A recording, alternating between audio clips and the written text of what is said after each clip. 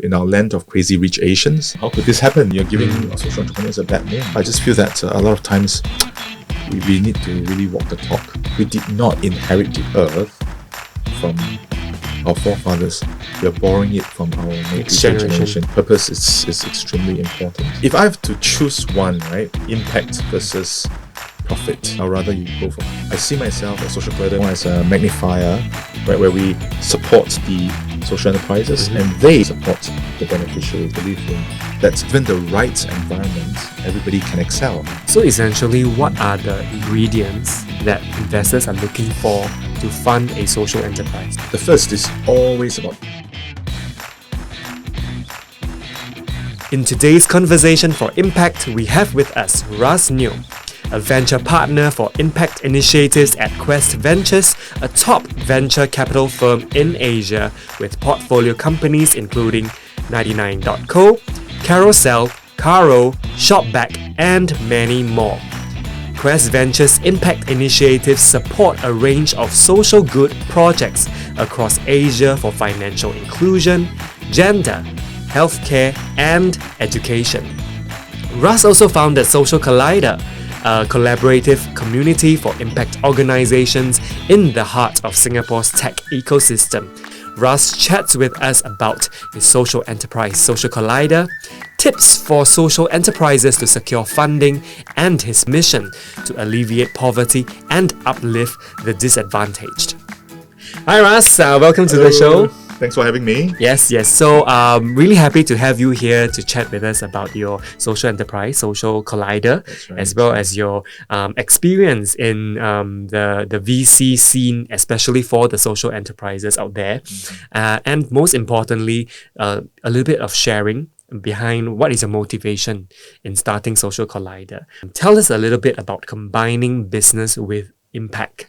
Right. Sure. I think that's I think that's one of the key things that have been flagged out recently, especially during this COVID situation, right? Where a lot of people have felt that, hey, businesses should not just be about making money, but also try to contribute back to society and or the environment, right? So one of the best ways, or in Singapore, there are 4 common models, right? And one of the ways is through plowback. Plowback meaning minimally 20% of the profits go back to a cause that you believe in. Right? For example, for some people, they believe in empowering the impoverished women, or some people, it's education. Right? So they will plow back 20% of the profits, not 1%, not 2%, because then that will be a corporate social responsibility kind of budget. Right? So 20% of the profits. The second is through hiring the underserved community. Underserved here can mean people with disabilities, ex-offenders, low-income family, right, and retired elders. Okay, so these are some of the underserved community. And one example that I can think of is just near here, Dignity Kitchen. Not sure if you know, right? Yes. Just nearby, right? And it's where I think Seng Chun hires or trains, or I think more than 50% of its staff are from this particular community. Right, people with disabilities. Okay, so the third model is where the entire supply chain is responsibly and sustainably sourced, and the fourth is provision of a service or products to the underserved. Like for example, a special school, a school for special education, right?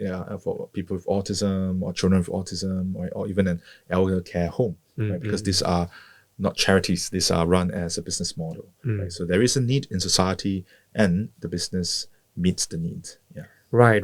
And from my understanding about Social Collider, which is a startup that you have founded in 2018, Yes. Can I find out from you what is the impact? Right, because we're all about impact here, and as a co-working and also ecosystem for the social enterprise startup, what kind of impact has Social Collider created? So I think it depends on the impact. What do you mean by impact, right? And for me, one of the key things is, ensuring that the startup has its support, as much support as possible within the ecosystem that I have created. Now, with this, I need to bring back to why I start Social Collider, why I started it in the first place. So then I think it'll be clearer. Right? I think our experiences shape our actions. Right, the things we see, and if we experience enough, or if it's something that is big enough or too many, right? I think a lot of times then there'll be a tipping point where people will take action. Otherwise, you'll be just like, oh, okay, something happened, but you leave it as that.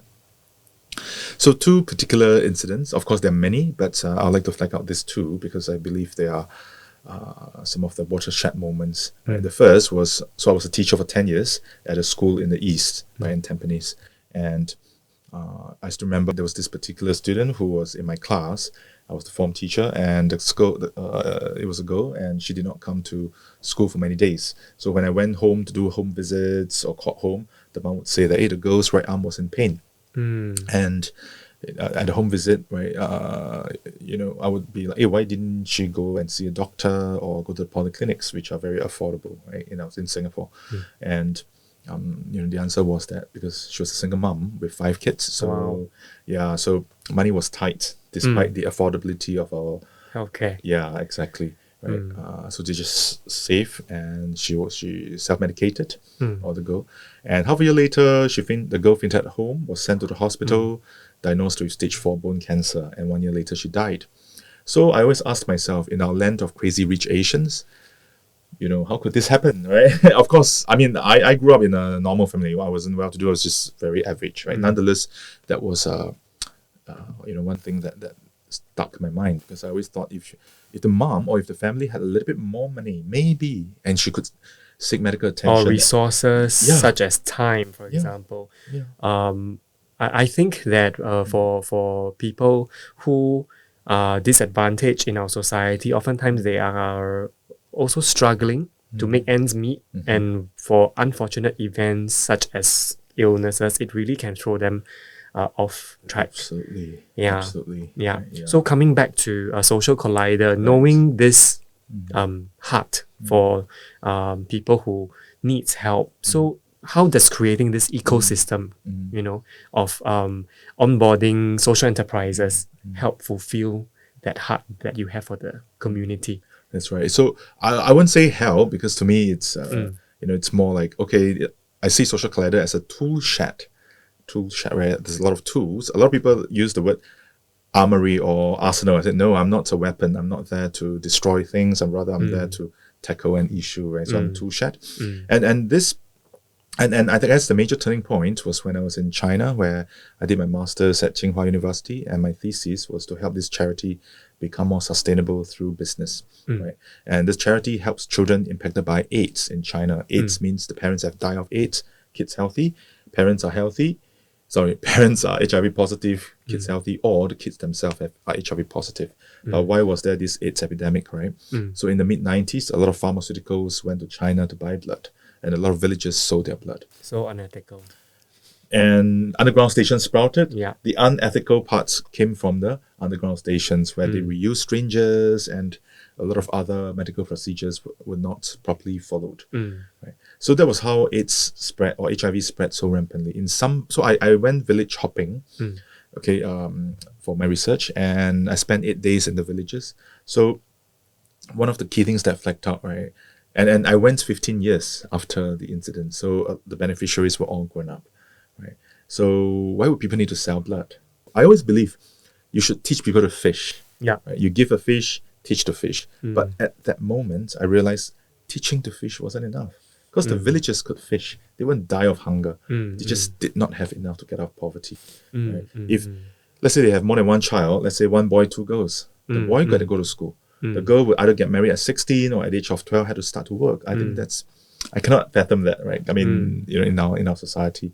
So, and I think it's not just China or that part of China, it's in many parts of the world as well, right? So that was when I realized, give a fish, teach the fish, then sell the fish. You need to create an ecosystem for people to sell the fish, right? Ecosystem meaning, if they need, let's say they have a product or service and they need some outreach, I do have some media contact, so I will try to link up, and then in terms, right? So that's how, and then of course, hopefully you get words out. Right? Or if they need social media marketing support, right, and I don't know, I will get people to teach them, right? Or logistics example. Right? So with this, that's how you create a mini ecosystem. So coming back to the impact, right? So one of the key things, that I'm very proud of. So in Social Collider, with about 30 odd members. Nice. Right? And despite the COVID situation, no one has died. Right. Of course, I think during this period, a lot of us also have to double up, right? Meaning we have to find whether they Resources, do, or they were like doing Grab. I mean, I just, just to survive, right? But, it's always powered by purpose, right? It's never about it's not even passion, it's really because something has moved me so much, I need to do something about it, right? So purpose is extremely important, right? For anybody, but especially for a social entrepreneur, right? So impact number one. Impact number two, I mentor a lot of startups, right? I cannot remember how many, but I did a simple calculation of some of the bigger ones, right? And the total valuation is more than $40 million US. Fantastic. Of the startups, but of course it's spread out. Maybe it's not so much, right? Nonetheless, this is one of the other impact, I think. And if you talk about impacting the beneficiaries, right?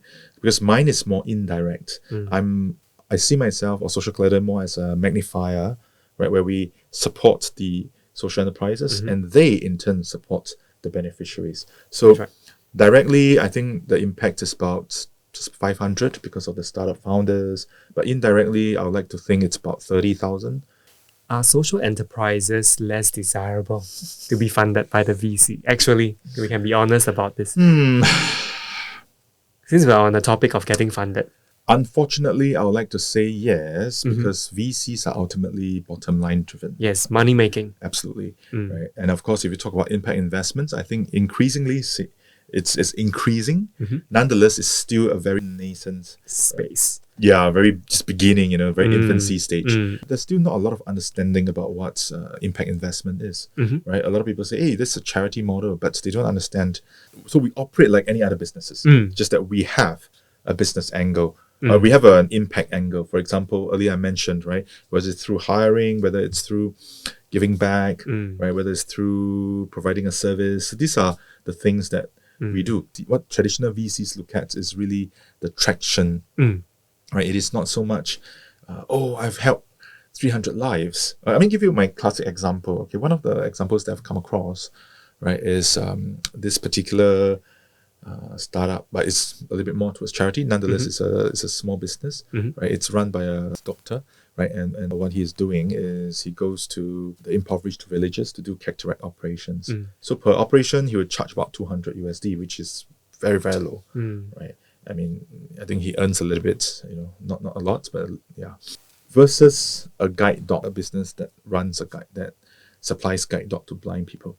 Now, a guide dog typically costs between 60 to 80 to 100,000 Sing. Wow. One guide dog. Okay. Right. Okay. So of course the profits for the guide dog outweighs that of the cataract. If you are a VC, I think you will I will invest in the guide dogs. Exactly, right? You will invest in the guide dog because hey, come on, every year you just turn out not turn out, but of course there's also impact because it helps the People one see. blind person lead a better life, versus the other one that is about being blind, right? Potentially cataract, you can go blind, right? If it's not treated.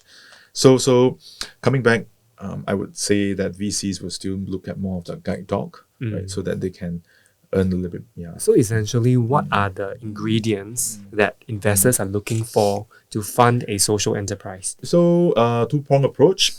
The first is always about traction. And by traction, I don't mean, 100 people or 1,000 people have downloaded my app, right? I meant 20% month-on-month growth.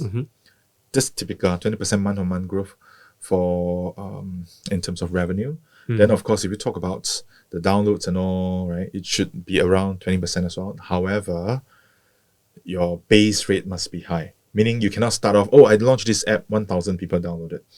20% month on month, by the end of the year, you only hit barely 2,000, right? I mean, if you have a 20%, the next month only 200 and so on, right?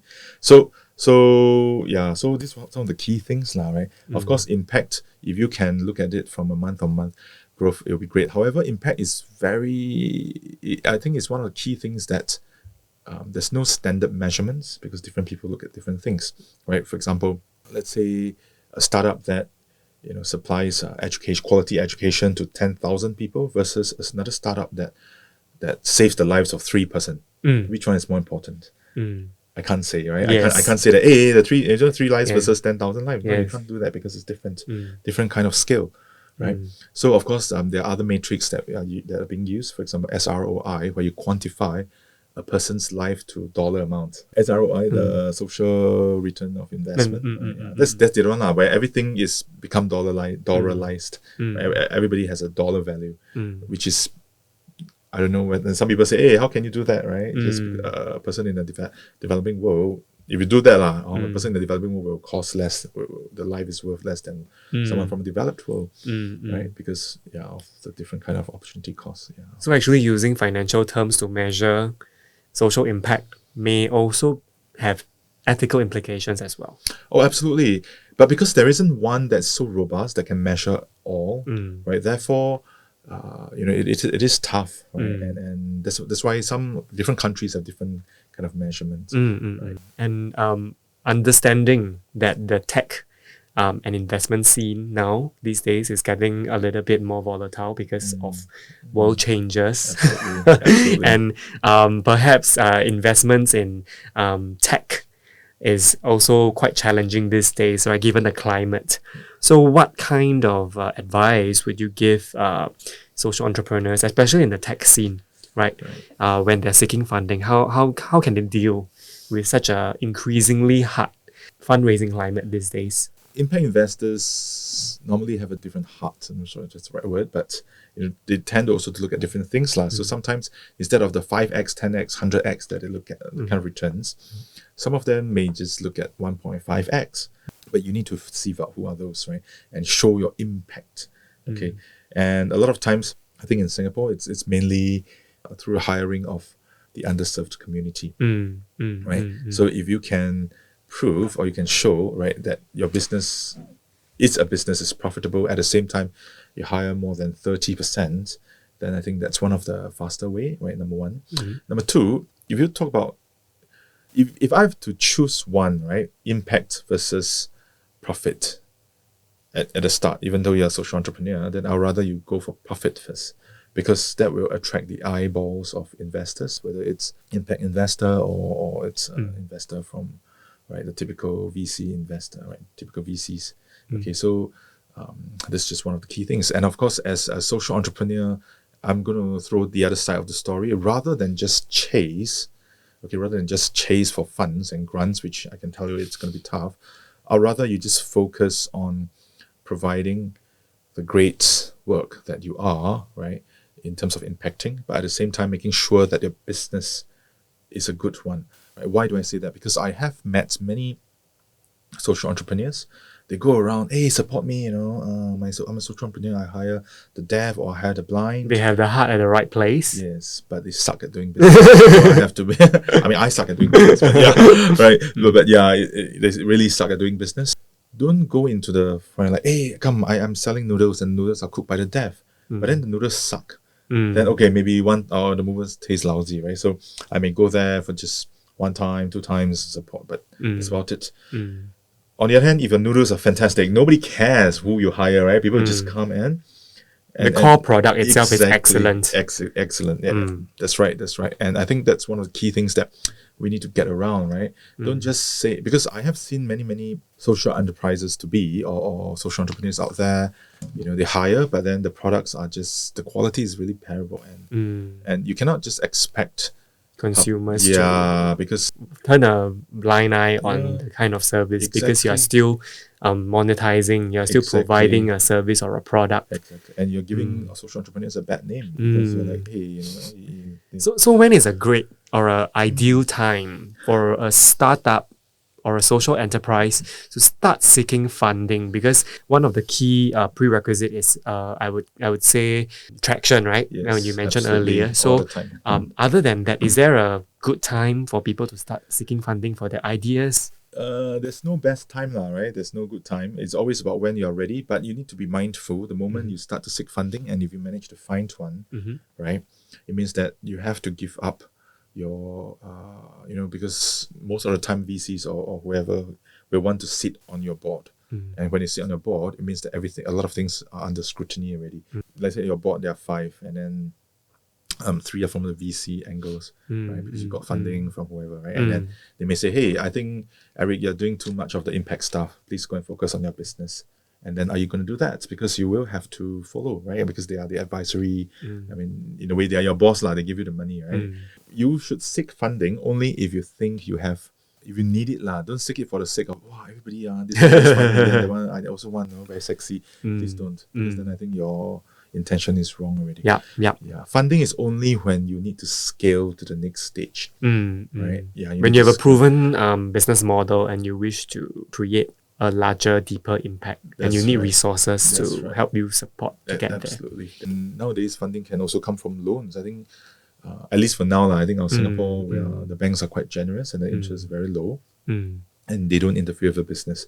Of course, depending on how much, you see, right? So don't just chase the funding game for the sake of chasing the funding game. Right? And one more point great advice. I've seen so many startup entrepreneurs, social entrepreneurs, whichever, they spend so much time chasing, they neglect their core focus, they neglect the business, right? Which is very unfortunate, because I think the game is played in such a way that, yes, indeed, it's a full-time job for the CEO. They have to go and woo, dine. Increase the perception and value of the company. Exactly. But then your core team, are they able to support? If your core team is very lean, right, 1 or 2%, 3, maybe normally 3% your core team, right? Then I think it's going to, you just be very tired, and you may lose focus along the way. You'll be swept by the undercurrents. And on top of being a venture partner and a CEO of your company, you seem to be really active and involved in the institution of higher learning and the youth entrepreneurship space.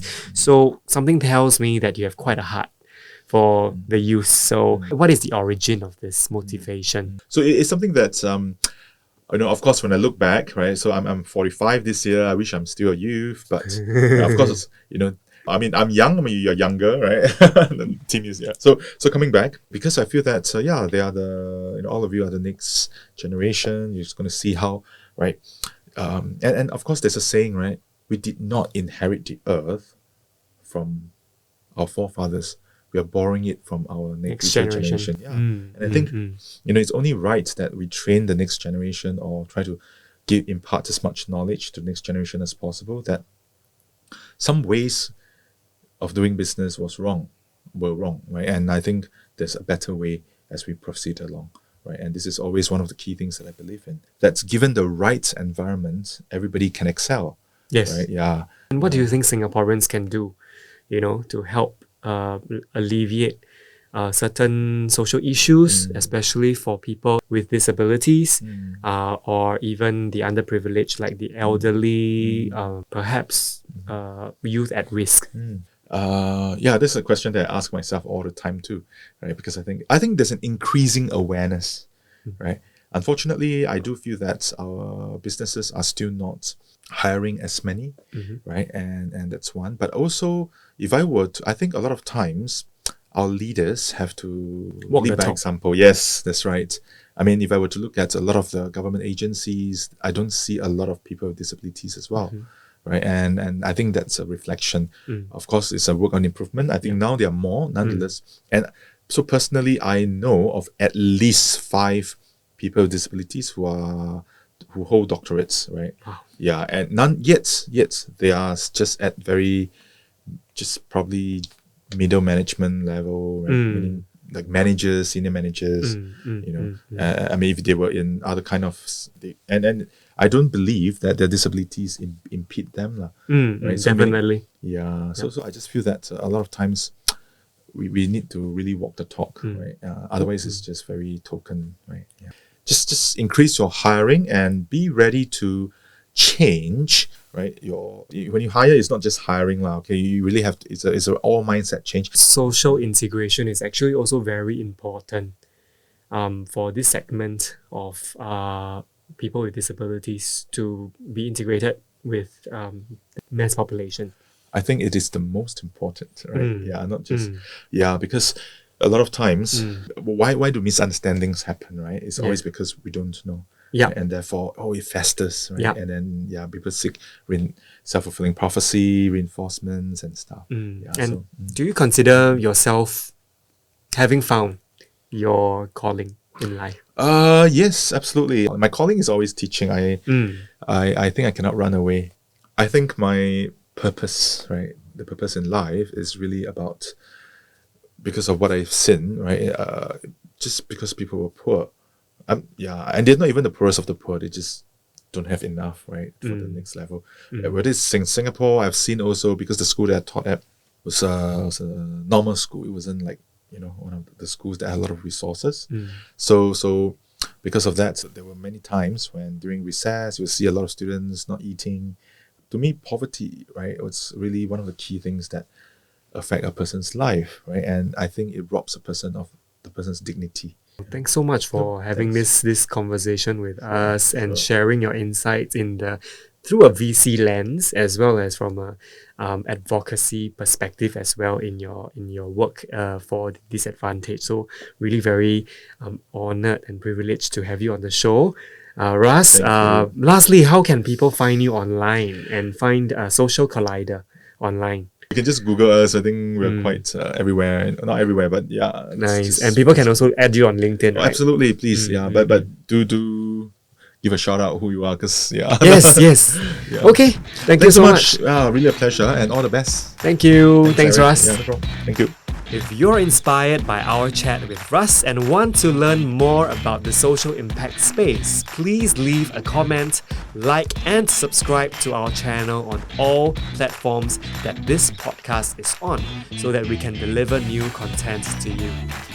Epic Nation is a passion project created by the team of Epic Dialogue, a Singapore-based marketing agency that helps change-making businesses create social impact through our sustainability branding, communications, and digital marketing solutions.